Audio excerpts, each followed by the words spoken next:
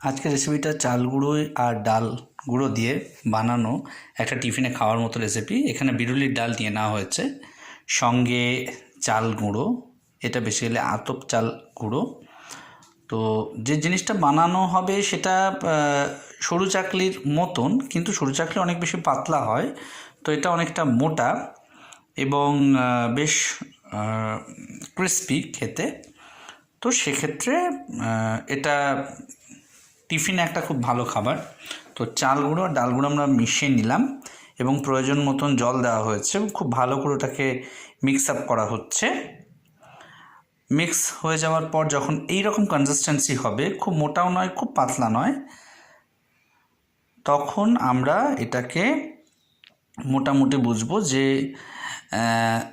জিনিসটা তৈরি হয়ে গিয়েছে মোটামুটি। এতে প্রয়োজন মতন লবণ দিয়ে নেওয়া হচ্ছে।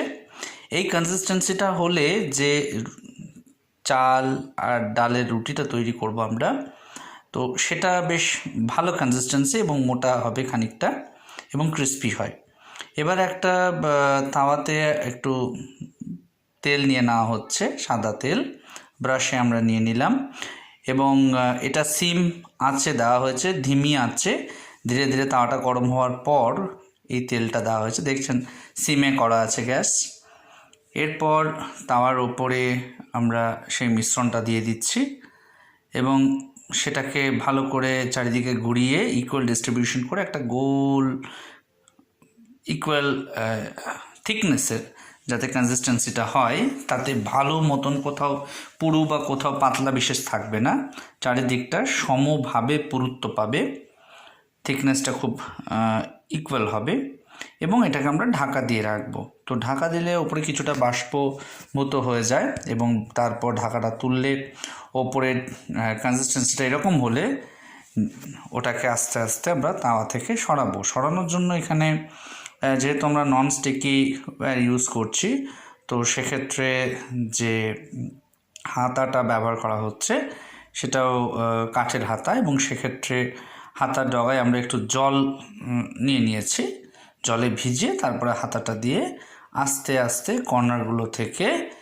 জিনিসটাকে ডিটাচ করা হচ্ছে। তো যখন দেখবেন যে মোটামুটি ওর একটা দিক, যেটা নিচের দিক, সেটা ঠিকঠাকভাবে ভাজা হয়ে এসছে, তখন এটা নিজে থেকেই কর্নারগুলো অনেকটা ছেড়ে যায়। তো সেক্ষেত্রে অনেক বেশি ইজি হয়। তো আমরা আরেকটু ওয়েট করব, তারপরে এটাকে সরাবো, তাহলে খুব সুন্দর এটা সরে যাবে। মোটামুটিভাবে অনেকটাই হয়ে এসছে। তো আমরা এজগুলো হালকা হালকা করে দেখছেন এবারে ছেড়ে যাচ্ছে, এজের পার্টগুলো।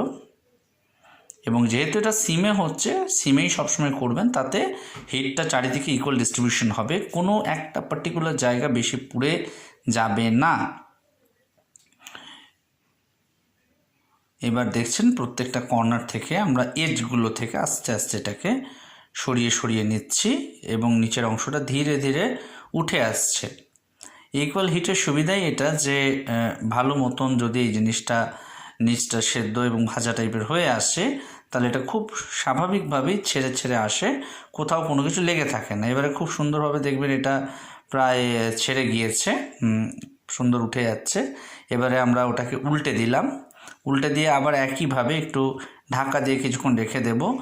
জিনিসটা দেখছেন যেদিকটা আগে ছিল সেদিকটা খুব বেশি পুড়েও যায়নি, খুব বেশি লালও হয়নি, হালকা ব্রাউন কালার হয়েছে। তো এই ব্রাউন কালার হলেই বুঝবেন জিনিসটা ঠিকঠাক সেদ্ধ হয়েছে এবং ক্রিস্পি থাকবে।